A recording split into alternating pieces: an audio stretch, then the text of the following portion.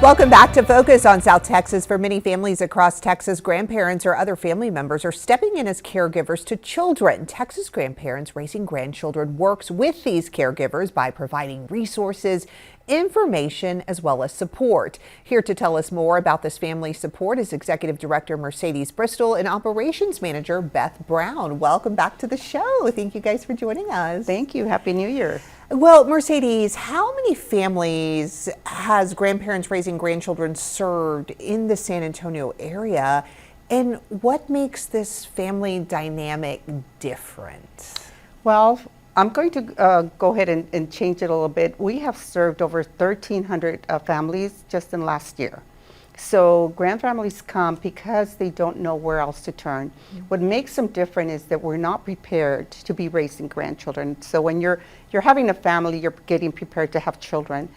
These families have children instantly in the middle of the night or whenever it is. And now they're faced that now they have children to be responsible for.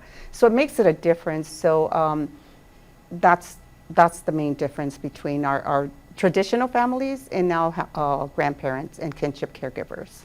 And Beth, if you can tell us about the type of support that is helpful to grandparents raising grandchildren.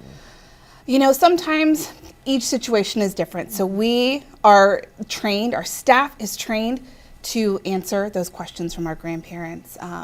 Their biggest thing is they want to know that somebody is there for them. And oftentimes these grandparents will call us and say, I thought I was all alone. And we're here to say, you're not all alone. Why don't you come to one of our support groups? Come and learn how you can be a part of this community where we can rally around one another and offer that support in real time to our caregivers.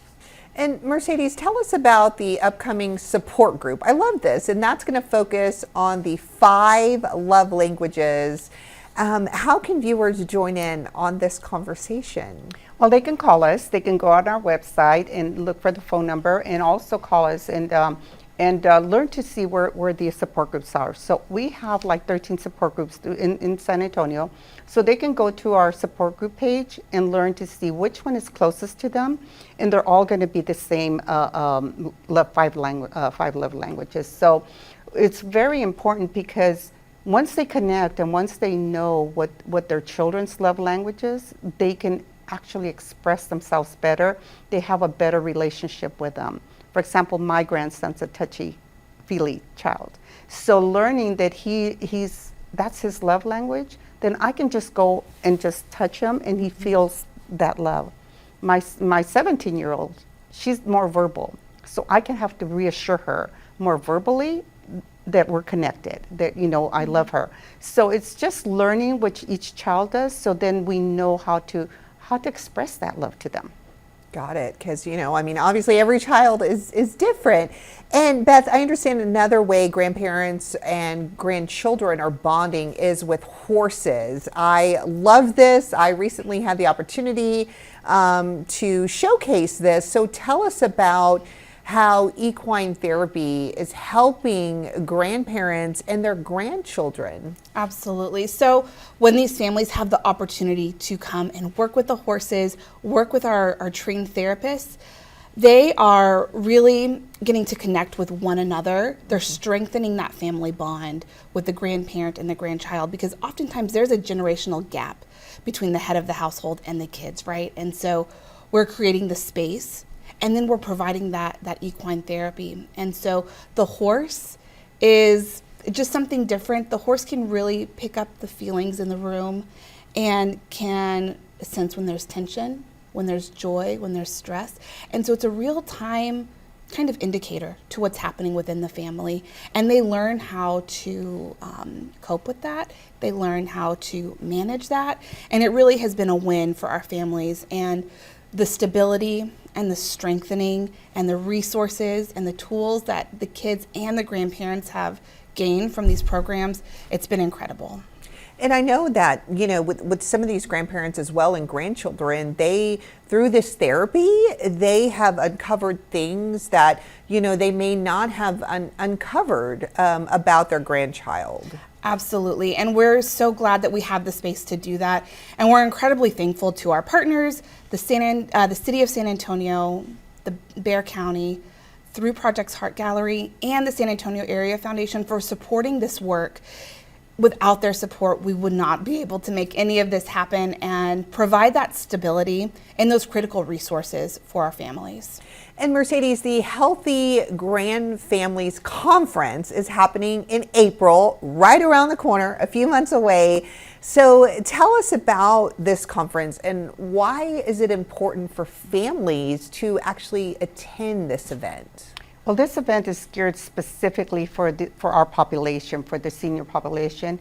We do the education. How do we educate grandparents to talk about those things that are hard to talk about, estate planning, end of life preparations and stuff like that. Who are the children going to be staying with if something happens to them? Those are hard conversations to have.